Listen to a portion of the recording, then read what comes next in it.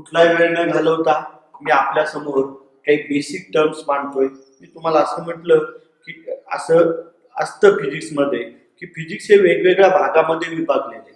Physics is divided into certain parts. अगदी basic physics जरी पाहिजे म्हटलं तर त्यात मेकॅनिक्स आहे. मेकॅनिक्स नंतर साऊंड आहे, लाईट आहे. Mechanics, sound, light, modern physics, इलेक्ट्रिसिटीचे दोन part, current electricity, static electricity, magnetism, semiconductor, अशा विविध पार्टमध्ये फिजिक्स विभागलं गेलेलं आहे. एक पेक्षा काही पार्ट आहेत.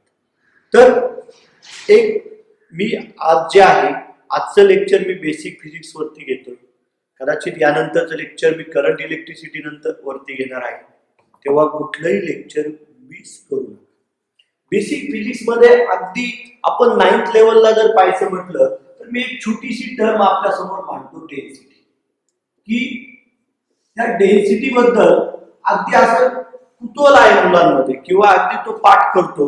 अगदी 11वीला विद्यार्थ्याला विचारलं 11th आल्यानंतर की बाबा डेन्सिटी काय, तो प्रयत्न करतो सांगायचा पण परिपूर्ण येत नाही. मला आज अपेक्षा आहे की मी तुमच्या समोर डेन्सिटी टर्म मांडल्यानंतर तुम्ही ती विसरणार नाही. ह्या डेन्सिटी ह्या नावामध्येच 50% अर्थ दडलेला आहे. Density, how the material is dense, how the material is concentrated. म्हणजे the term which decide how the material is concentrated, that is nothing but the density. जे डेन्सिटी म्हणजे काय, डिफाईन गोष्ट थोडीशी वेगळी, पण आपल्याला डेन्सिटी म्हटल्याबरोबर डोळ्यासमोर काहीतरी आलं पाहिजे. नुसतं काहीच डोळ्यासमोर नाही आणि परीक्षेला जातोय, अभ्यास करून व्याख्या लिहितो आणि पाठ केलेली व्याख्या लिहून मार्क मिळवतो, असं नको यात. आता कुठेतरी फिजिक्स विषयाची आपल्याला आवड निर्माण व्हायला पाहिजे. आणि आवड निर्माण झाली की तुम्हाला ते म्हणजे बेसिकली समजायला लागेल आणि समजलं की निश्चित आवड निर्माण होईल. यात अगदी मी तुम्हाला कॉन्फिडन्स देतो, तुम्ही शुअर राहा. म्हणजे डेन्सिटी हा शब्द बघा कसा आहे की एखाद्या पदार्थ किती प्रमाणात कॉन्सन्ट्रेट झाला, how the object is concentrate. पण मी तुम्हाला एक एक्झाम्पल घेतो की माझ्याकडे एक उड आहे आणि आयर्न आहे. हे दोन ऑब्जेक्ट मी डोळ्यासमोर घेतले, ते वूड आणि आयर्न. आणि मग माझ्या एक लक्षात येतंय की वूड मध्ये जे मटेरियल कॉन्सन्ट्रेट झालंय, जो मॅटर कॉन्सन्ट्रेट झालाय तो, आणि आयर्न मध्ये कॉन्सन्ट्रेट झालेला मॅटर वेगळा आहे. No doubt the matter concentrate in wood and the matter concentrate in iron is different. मग अगदी तुम्हाला हे सुद्धा वरवर सांगता येईल, अगदी अनुभव येतो जनरल विद्यार्थी, प्रत्येक विद्यार्थ्याला हे पण वरवर लगेच सांगता येईल की आयर्न मध्ये मॅटर जास्त कॉन्सन्ट्रेट झालेला आहे, वूड मध्ये मॅटर कमी कॉन्सन्ट्रेट झालेला आहे. मग हा मॅटर कॉन्सन्ट्रेट किती झाला हे समजून घेणं म्हणजे डेन्सिटी. म्हणजे मी बऱ्याच वेळा म्हणतो की डेन्सिटी का, कुठलीही गोष्ट फिजिक्स मधली का शिकायची, हे जर आपण शिकलो तर आपल्याला फिजिक्स मधला इंटरेस्ट वाढेल. डेन्सिटी सरांनी शब्द मांडला, लगेच आपल्या मनामध्ये आलं पाहिजे थिंकिंग की डेन्सिटी का शिकायचं, काय आहे डेन्सिटी म्हणजे, का शिकायचं. म्हणजे आपल्याला डेन्सिटी शिकल्यानंतर दिलेला पदार्थ किती प्रमाणात कॉन्सन्ट्रेट झालाय, कसा कॉन्सन्ट्रेट झाला हे कळणार आहे. त्यासाठी आपल्याला डेन्सिटी शिकायचंय. का शिकायचं, मी प्रत्येक टॉपिक शिकवताना हे मांडणार आहे की हे का शिकायचं. म्हणजे how the matter is concentrated that decided by density, therefore you must learn the density. मग मी दोन एक्झाम्पल घेतले, वूड आणि आयर्न. तुम्हाला अगदी हे निश्चित माहिती आहे की आयर्नची डेन्सिटी जास्त आहे, आयर्न मध्ये मॅटर जास्त कॉन्सन्ट्रेट झालाय. पण हे बोलणं वेग येऊ की मी म्हटलं आयर्न मध्ये, तुम्ही म्हटले की आयर्न मध्ये मॅटर कॉन्सन्ट्रेट जास्त झालेलं आहे. मी सहज बोलतो की माझ्याकडे वूड आहे 5 kg आणि आयर्न आहे 1 kg किंवा 2 kg. आता माझ्याकडे 5 kg वूड आहे आणि आयर्न जो आहे तो 2 kg आहे. मग मी जर असा प्रश्न केला की आता कुठं मॅटर जास्त कॉन्सन्ट्रेट झालाय, I have the wood of 5 kg and iron of 2 kg, and the question is in which object the matter is concentrate more. आता आपण गोंधळायला सुरुवात झाली. अगोदर म्हणत होतो की आयर्न मध्ये मॅटर जास्त कॉन्सन्ट्रेट झालाय, म्हणजे या ठिकाणी जर मी वरवर पाहिलं तर इथं 2 kg आहे आणि इथं 5 kg आहे, म्हणजे ह्या ठिकाणी वूडचं मास जास्त आहे. तरी सुद्धा आयर्नचं आयर्न मध्ये मॅटर जास्त कॉन्सन्ट्रेट झालाय असंच आपण म्हणणार आहे. म्हणून वूड मध्ये जास्त झाला असं नाही, पण वूडचं मास जास्त आहे.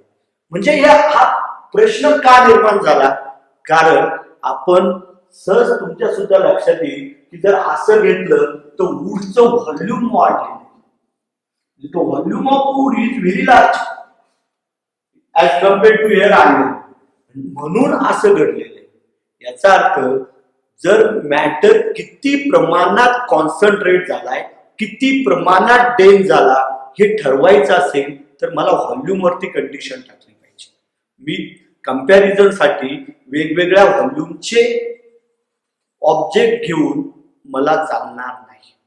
मग कसं व्हॉल्यूम वरती कंडिशन टाकायची, कुठलं व्हॉल्यूम घेणं सोपं आहे, आणि मग साहजिकच युनिट व्हॉल्यूम घेणं सगळ्यांना सोपं आहे, कम्पेअर करायला पण सोपं होईल. आणि मग आपण कम्पेअर करण्यासाठी या ठिकाणी युनिट व्हॉल्यूम घेणार आणि किती छानशी अशी डेन्सिटीची डेफिनेशन तयार होईल. The matter concentrated in unit volume, the matter concentrated in unit volume is said to be a density. त्याला मला म्हणता येईल की त्याला आपण डेन्सिटी म्हणणार आहे, युनिट व्हॉल्यूम मध्ये कॉन्सन्ट्रेट झालेला मॅटर. आणि आता आणखी थोडीशी स्मूथ आपण घेतली तर असं म्हणता येईल the mass hold by unit volume, the mass hold by unit volume is called density. मला वाटतं सगळ्यांची डेफिनेशन क्लिअर झाली, फक्त थोडीशी डेफिनेशन मी मॉडिफाय केली. तुम्ही कदाचित शिकताना अशी डेफिनेशन शिकलेला आहात की मास पर युनिट व्हॉल्यूम, आणि डोळ्यासमोर काहीच आलं नाही. मी अगोदर तुम्हाला या शब्दावरती थिंक करायला शिकवले, विचार करायला शिकवले, का शिकायचंय, या शब्दाचा काय मिनिंग होतोय, आणि मला एक छानशी डेफिनेशन मिळाली. The mass hold by unit volume is called density. Okay, मग आता मास होल्ड बाय युनिट व्हॉल्यूम म्हणजे व्हॉल्यूम युनिट पाहिजे. मग मी कुठला तरी एक ऑब्जेक्ट घेतला, suppose the object is 10 kg and its volume is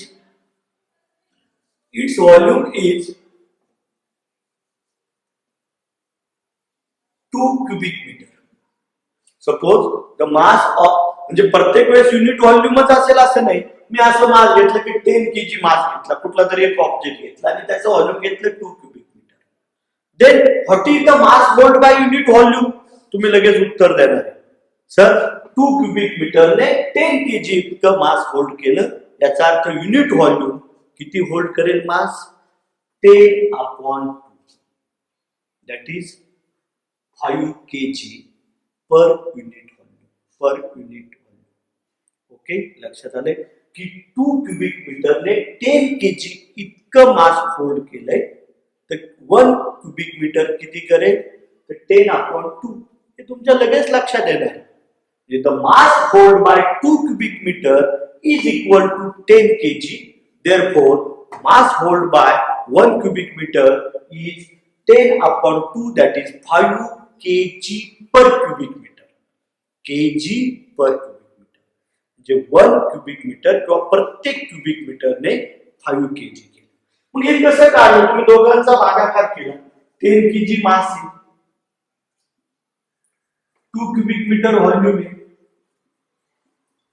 बघा, डेफिनेशन वरनं फॉर्म्युला तयार झाला, आणि मग that is the density. Density is equal to mass upon volume. मी डेफिनेशन वरनच फॉर्म्युला तयार केला. The mass hold by unit volume is called density. Therefore we can easily say that density is equal to mass upon volume. या फॉर्म्युल्याने मला प्रत्येक वेळेस unit व्हॉल्यूमने hold केलेलं मासच मिळणार. मला वाटतं ही टर्म तुमची क्लिअर झाली. नाव या संदर्भात थोडस मला डिटेल असं समजायचं की बऱ्याचशा गोष्टी 11 सायन्सला विद्यार्थी येतो, आजही तुम्ही तुमच्या पुढे मी प्रश्न निर्माण करतो, स्वतःला विचारायचं, कारण इथं काय मी माझ्या समोर नाही, तुम्ही स्वतःला थिंक करता आलं पाहिजे. आम्ही म्हटलं की what is the density of water, आम्ही लगेच इतकं काही मार्क मिळवलेले सीबीएसई लावू ICSE लावू, लगेच आमच्या समोर काहीतरी यायला लागतं. किती density of water, density of water, स्वतःला प्रश्न विचारायचा what is the density of water. आणि मग मित्रांनो मी एक थोडस फक्त वेगळ्या पद्धतीने सांगतो की मी युनिट व्हॉल्यूमचा एक टँक घेतला. युनिट व्हॉल्यूम हा कसं आहे, असं टँक किती आहे युनिट व्हॉल्यूमचा आहे, म्हणजे त्यांची length into breadth into height यांचं मल्टिप्लिकेशन 1 क्युबिक मीटर झालं. आणि त्यामध्ये मी पाणी पोर केलं, वॉटर टाकलं. मी इथं फार 3 डायमेन्शनल दाखवून वेळ घालवत नाही की एक टँक घेतला आणि ह्या टँक मध्ये मी पाणी टाकलं. किती व्हॉल्यूमचा टँक घेतला 1 cubic metre. Length into breadth into height या तिघांचं मल्टिप्लिकेशन किती झालंय 1 क्युबिक मीटर. आणि त्यात पाणी पोर केल्यानंतर माझ्या लक्षात येतं की त्याचं मास 1000 kg येतं. किती येतं बघा, 1 क्युबिक मीटरचा टँक घेतल्यानंतर त्या टँक मध्ये जर मी पाणी ओतलं तर त्याचं मास हे 1000 kg येतं. मित्रांनो that is nothing but the density of water. If the water is poured in a tank of unit volume, then we can found that that tank hold the mass of 1000 kg, and therefore the density of water is 1000 kg per cubic meter. आणि आता आम्ही कधीच विसरणार नाही. मी जर 1 cubic सेंटीमीटरचा छोटासा बारीक असा व्हॉल्यूमचा एक छोटस असं केला पॉट तयार, किती व्हॉल्यूमचा 1 क्युबिक सेंटीमीटर, म्हणजे त्याची लेंथ ब्रेथ आणि हाईट यांचं मल्टिप्लिकेशन किती यायला पाहिजे 1 क्युबिक सेंटीमीटर. आणि त्यात जर पाणी टाकलं तर त्या पाण्याचं मास हे 1 ग्रॅम येतं. Means the mass hold bye 1 cubic centimetre pot is 1 gram. Hence, the density of water in CGS system is 1 gram per cubic centimeter. मला वाटतं या दोन्ही तुम्हाला किमती क्लिअर झाल्या. माझ्याकडे वेळ नाही, मला सतत थोडंसं पुढं पण गेलं पाहिजे. क्लिअर झालं. मग आणखी आपल्याला काही एक्झाम्पल सांगते. मी केरोसिन घेतलं, 1 क्युबिक मीटर टँक घेतला आणि त्यात केरोसिन ओतलं, तर मित्रांनो त्याचं weight 800 kg.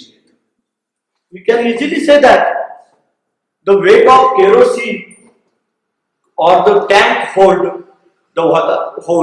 by 1 cubic meter. The tank of 1 cubic meter hold the mass of kerosene is 800 kg, and hence the density of kerosene is 800 kg per cubic meter. Okay, मला वाटतं ही term तुमची clear झाली. म्हणजे या निमित्ताने ह्या 2 density सुद्धा तुम्हाला माहित झाल्या, पाण्याची झाली, केरोसिनची झाली. आणखी तुम्ही घरामध्ये ऑब्झर्व करायचं, फिजिक्स हे नेहमी आसपास आहे. घरामध्ये जेव्हा आपण मार्केटमधून एखादा इडिबल ऑइलची बॅग आणतो, ही इडिबल ऑइलची बॅग ही लिटर मध्ये असते. आपला हा गोंधळ आपण आता शिकलं पाहिजे. आपण एखाद्या शॉपकीपरकडे गेल्यानंतर जेव्हा आपण त्याला रेट विचारतो, विशेषतः लिक्विडच्या बाबतीमध्ये, कुठले लिक्विड तुम्हाला घ्यायचे असतील तर ते तुम्ही लिटर मध्ये मागताय का किलोग्रॅम मध्ये मागताय हे लक्षात घ्या. नाहीतर एका ठिकाणी लिटर मधला रेट बघणार आणि दुसरी ठिकाणी जाऊन तुम्ही किलोग्रॅम मधला रेट बघणार आणि किलोग्रॅम मधला रेट थोडासा जास्त दिसला की तुम्ही म्हणणार हा तिकडं स्वस्त आहे. असं नाहीये, हे लक्षात घ्या की आपण त्या ठिकाणी कुठलाही पदार्थ मागताना आपल्याला हे माहित पाहिजे की आपण कुठल्या व्हॉल्यूम मध्ये मागतो. म्हणजे व्हॉल्यूम कुठलं काय, लिटर आहे, कुठलं युनिट आहे, लिटर आहे का किलोग्राम आहे. म्हणजे मी घरी 1 लिटर बॅग जेव्हा आणतो तेव्हा जनरली मी बघितलेला एक टेम्परेचर दिलेलं असतं, एक विशिष्ट टेम्परेचर 20 डिग्री सेल्सिअस किंवा 30 डिग्री सेल्सिअस. तुम्ही पण घरी एडिबल ऑइलच्या बॅग बघू शकता, त्याच्यावरती लिहिलेलं असतं समजा 920 किंवा 918 920 ग्रॅम पर लिटर असं लिहिलेलं असतं.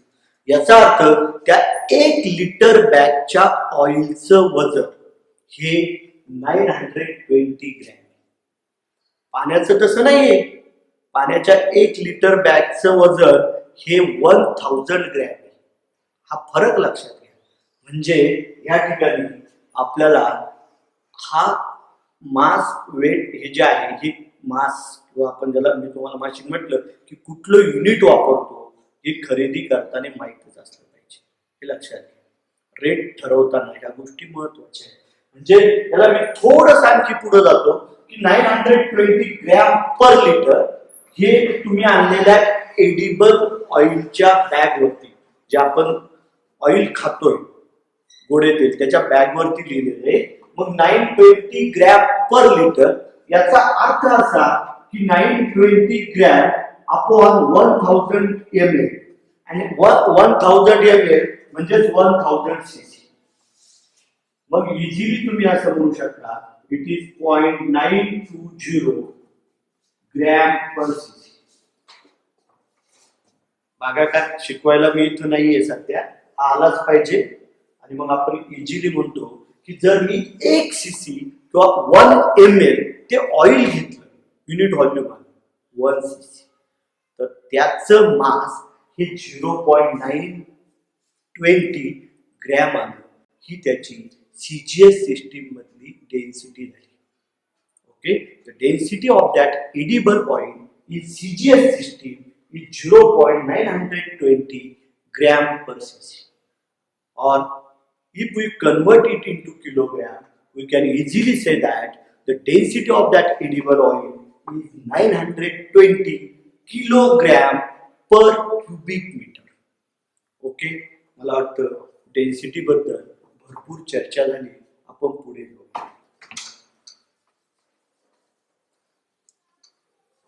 डेन्सिटी शिकल्यानंतर महत्वाची टर्म येते ती म्हणजे specific gravity. Specific gravity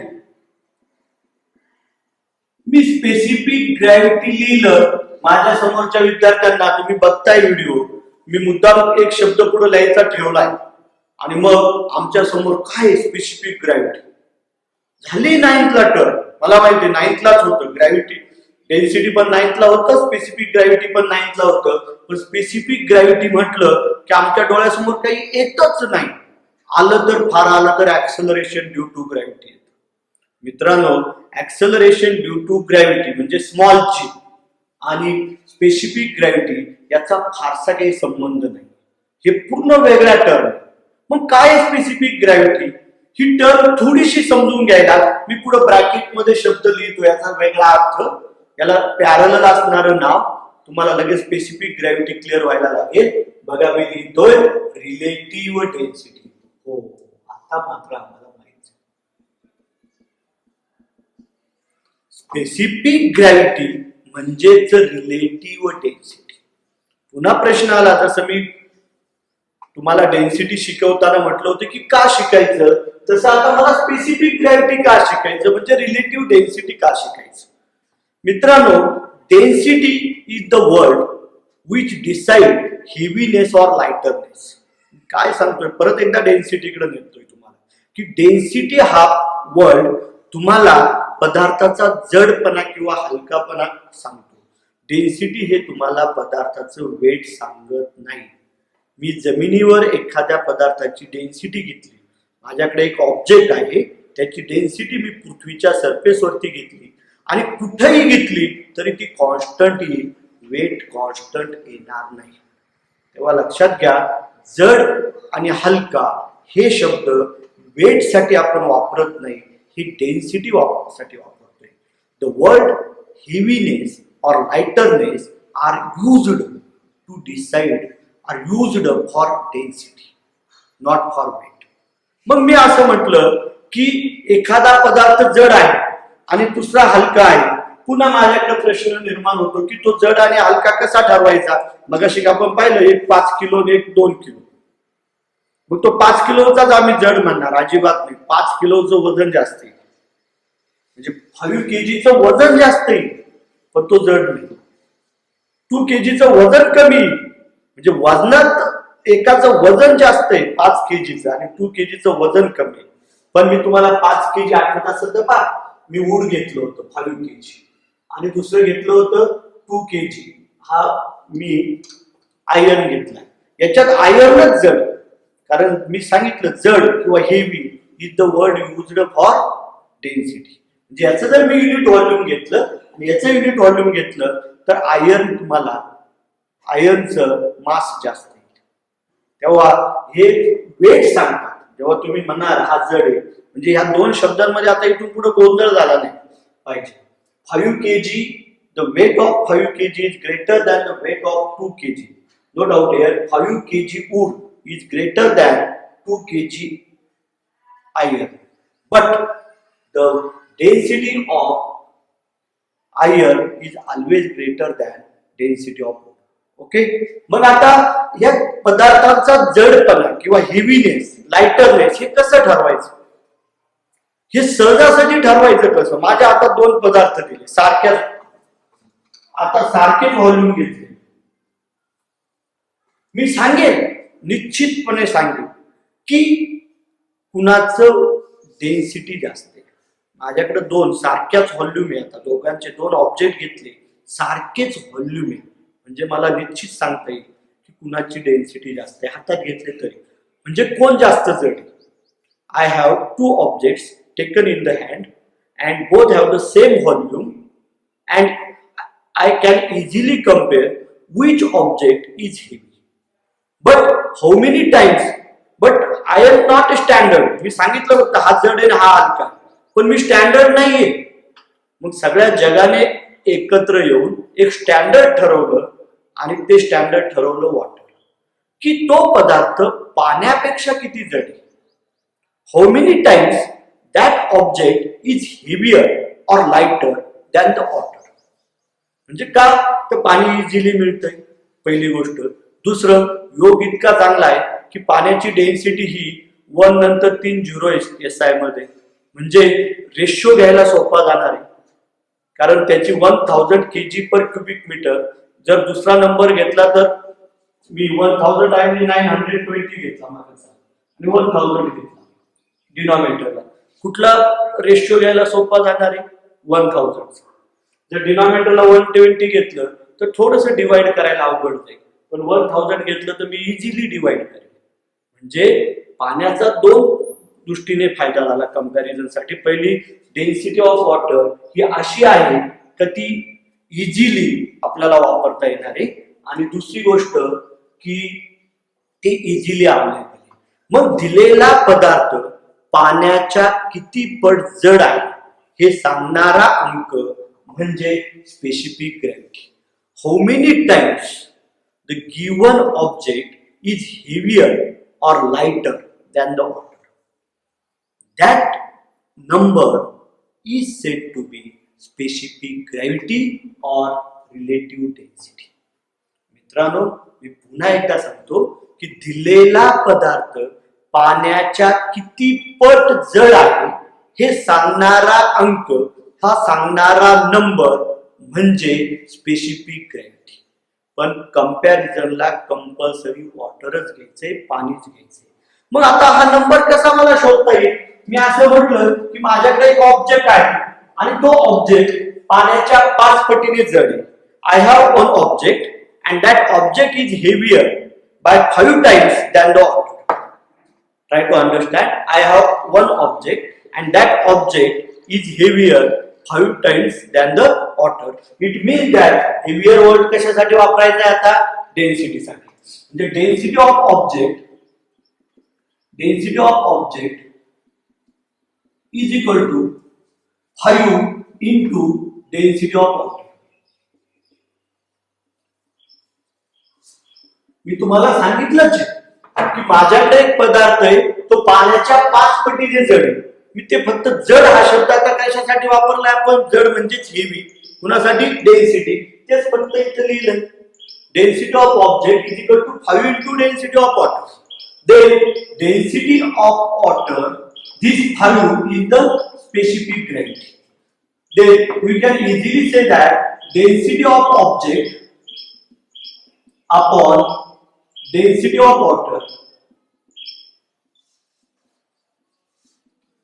density of object upon density of water is equal to phi. But what is phi? Specific gravity. Then specific gravity is equal to density of object upon density of water. आणि मग मला easily सांगता येईल the ratio of density of object to density of water. The ratio of density of object to density of water is called specific gravity or relative density. परत एकदा definition मला वाटतं clear झाली तुम्हाला. परत एकदा सांगतो की आपण स्पेसिफिक ग्रॅव्हिटी का शिकतो. कुठलाही पदार्थ हा पाण्याच्या किती पट जड आहे हे समजण्यासाठी आपण स्पेसिफिक ग्रॅव्हिटी शिकतो. How many times the given object is heavier than the water. For that understanding we learn about the specific gravity. आणि दुसरं त्याची डेफिनेशन आपण तयार केली. The ratio of density of object upon density of object to density of water is called specific gravity. मला वाटतं हे clear झालं. आता सरळ आहे. It is the ratio of two similar quantities. Density दोघांचे युनिट कॅन्सल होतील. It has no unit. Density has no unit. आणखी एक टर्म आहे पुढे डायमेन्शन. तर तुमच्या 9th-10th लेवलला ही नाहीये. त्यामुळे इथं मी आणखी तुमचा गोंधळ करणार नाही. मी जे शिकलेले आहे तेच मला फक्त व्यवस्थित सांगायचं इतकंच. नाउ स्पेसिफिक ग्रॅव्हिटी शिकल्यानंतर स्पेसिफिक ग्रॅव्हिटी आणखी काही पार्ट मध्ये पण आहे. आणखी त्याच्या डेफिनेशन्स आहेत. त्या समजून घेण्यासाठी आपल्याला आर्किमिडीज प्रिन्सिपल आणि लॉ ऑफ फ्लोटेशन समजलं पाहिजे. म्हणजे त्या आणखी समजायला सोप्या जातात. मित्रांनो, मी अतिशय फिजिक्स मधल्या अतिशय महत्वाच्या गोष्टीकडे जातोय. ते म्हणजे आर्किमिडीज प्रिन्सिपल. पण आर्किमिडीज प्रिन्सिपल काय आणि लॉ ऑफ फ्लोटेशन आमच्या 9th लेवलला हा पार्ट आहे. पण आमचं कधीच क्लिअर होत नाही की Archimedes principle, what is the difference between Archimedes principle आणि लॉ ऑफ फ्लोटेशन. अगदीच आर्किमिडीजचं तत्व आणि तरणाचा नियम असं त्याला मराठीत म्हणतात. प्रत्येक वेळेस मराठीची अपेक्षा करायची नाही. हळूहळू थोडीशी इंग्लिश वाढत जाईल हे लक्षात घ्या.